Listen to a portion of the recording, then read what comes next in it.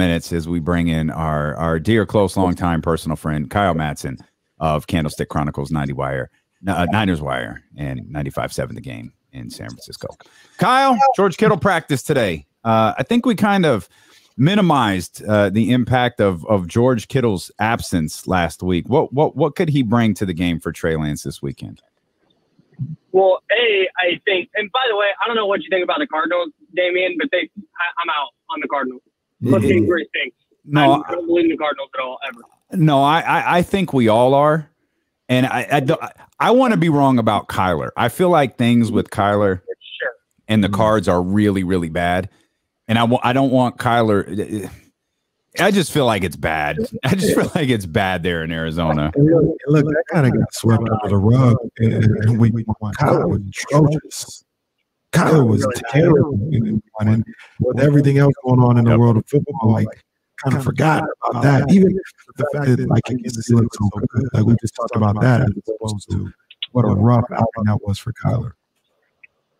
Yeah, not a great outing for Trey Lance either, which is why I think a lot of people out here are maybe not diving super far into how bad Kyler was. But I think with George Kittle specifically, the bigger way he helps Trey Lance is like, he's just a really good pass catcher, and having more weapons is better for the quarterback, right? But B, the Niners' run game is just so much more effective when George Kittle's on the field. And defenses have to defend the 49ers so much differently when George Kittle's on the field that he doesn't even, if you told me George Kittle plays but has 2 catches for 12 yards, it's like, that's fine. He doesn't need to be a productive pass catcher. Just what he does, A, as a blocker, and B, he doesn't let defenses attack the 49ers offense the same way because he is such a threat as a pass catcher. He is such a good run blocker. It allows them to be multiple in a way that I just don't think they can be with Charlie Werner and Tyler Kroft and Ross Dwelly. And so by not letting defenses just pin their ears back and commit to one thing, I think that by itself helps Trey Lance without even factoring in Kittle as a pass catcher and what he can do is production-wise there. So I look at George Kittle coming back, and I think about what it could do for the running game, like you just broke down.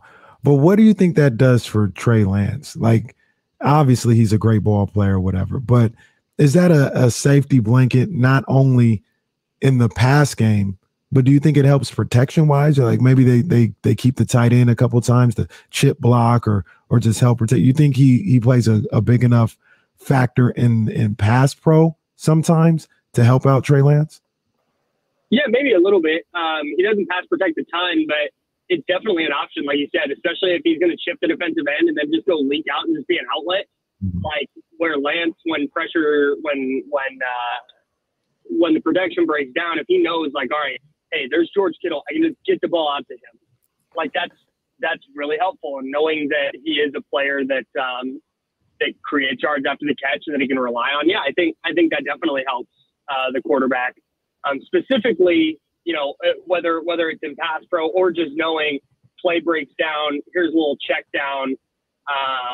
That definitely helps. But I don't think, on the other hand, I don't want to oversell it where it's not like Trey Lance is going to look like a Hall of Famer on Sunday just because number 85 is on the field. Yeah. But he should certainly look better.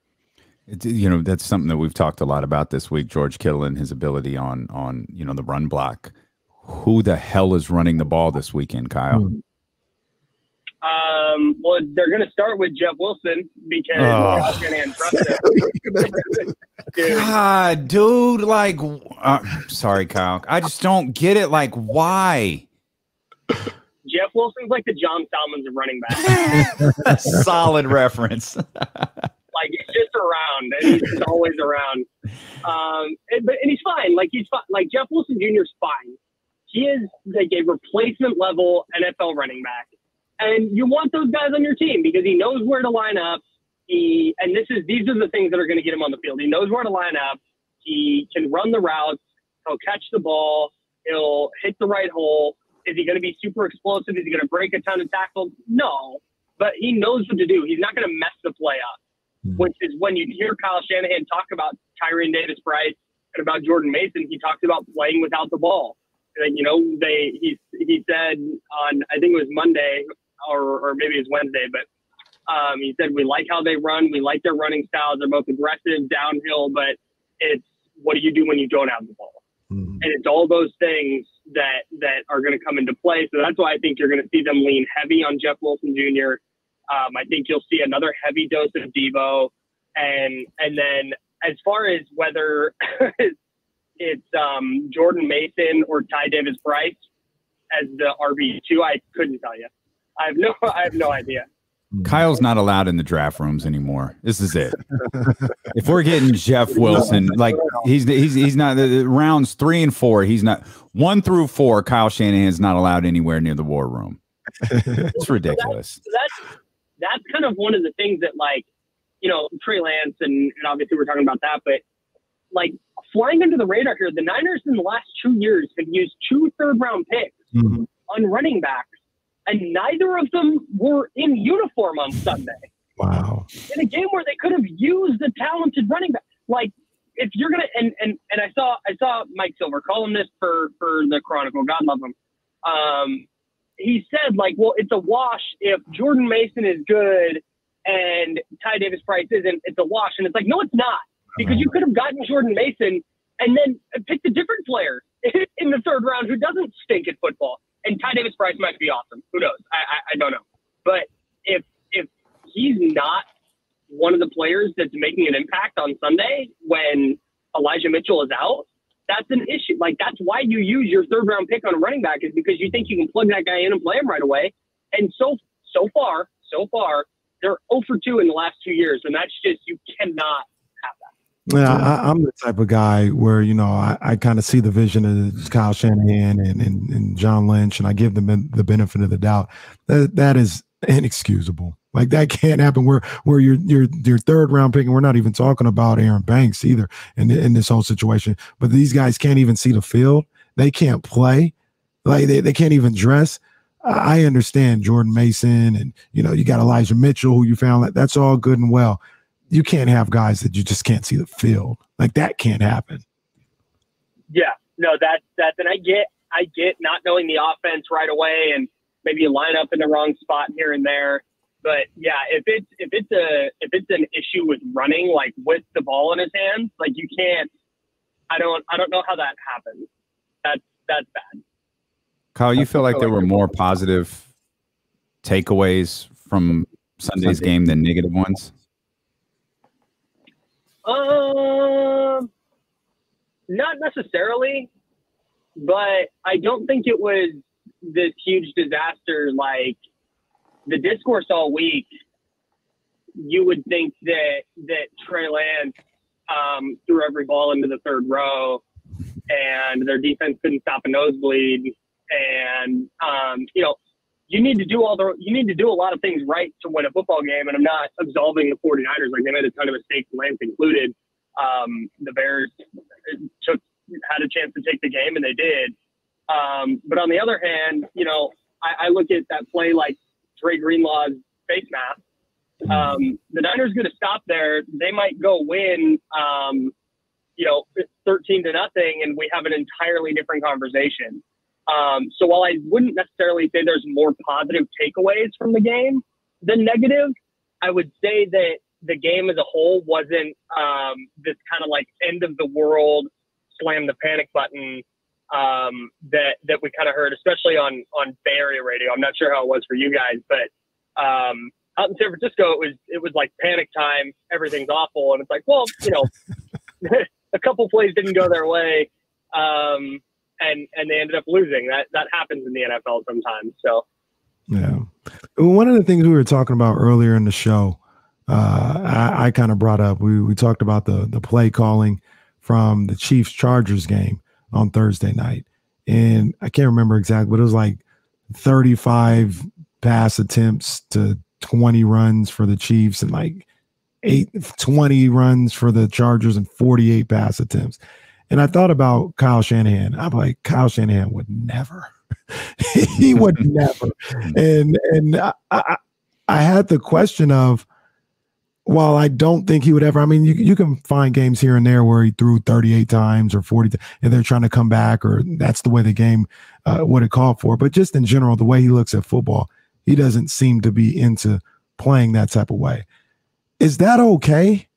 Like, should he open up his mind offensively to like air it out a little bit more than he does? Because we always talk about it when the Niners are in a crunch, they just get back to running the ball. They lose a game, they say, well, next game we want to run the ball 30 times. You know, should he change that up a little bit, or has he already done that and we're just not paying attention? No, I think a lot of it has to do with faith in a quarterback, right? Like, they didn't have a problem. Now, they didn't throw it a ton, like in Atlanta in 2016, right? Yeah, or you have Matt Ryan winning the MVP and leading the league and everything, and they threw it quite a bit. It wasn't the most in the league or anything, but they threw it because Shanahan trusted his quarterback. So I think the question is, should he trust Trey Lance more? It was pretty clear in big spots that he didn't with Jimmy Garoppolo. I thought on Sunday there were times that he could have, I think, put the ball in Lance's hands more, although the weather might have dictated some of that. So yeah, maybe a little bit here and there. But if Lance is the player that they think he's going to be, I think we'll start to see them have a Justin Herbert, Patrick Mahomes type of game plan where, you know, 2nd and 5, it's like, okay, let's see if the quarterback can make a big play. But at the same time, I think he understands the value of possession of the football, and he is one of the best coaches in the league at scheming up numbers advantages in the run game. So if you can take away the risk of an interception or a wonky turnover in a pass play by designing a run where you're going to have 7 blockers for 5 defenders and create a big play that way, like, he's going to try and do it. But on the other hand, if he has a quarterback that's elite, I think he's going to let that player go make a play. He just hasn't had one of those players yet. Cooperage Brewing Company, tonight in Santa Rosa, a live edition of Candlestick Chronicles with Kyle Madson and Chris Peterman and a host of other 49ers reporters. I will be there serving Kyle his beer all night. Looking forward to seeing you tonight, my friend. Yeah, man, I can't wait. Hope to see everybody out there. And it's Cooperage Brewing Company. Like, that's the website, right? CooperageBrewingCompany.com, because a lot of people have asked about getting the Candlestick Chronicles beer, and they can get it if you live in California. It ships everywhere in California, right? Yeah, they ship it right to you. They, like, overnight it, so it's not, you know, sitting in the mail forever. Yeah, if you just Google Cooperage Brewing, I don't have the exact web address on hand, but you just Google Cooperage Brewing Company, COOPERAGE. Yeah, you can order it online. You can order it by the 4-pack. You can order it by the case. I recommend getting a case. But yeah, it's a really good beer. And if you happen to be in the Santa Rosa area and want to swing by tonight, we're doing a live podcast out there and drinking some beer and raising money for charity, giving away some cool prizes. So yeah, come on out. I just happen to be in the area. I'll be there tonight. Kyle, we appreciate you, my friend. Thanks for making time for us. All right, fellas. We'll see you guys.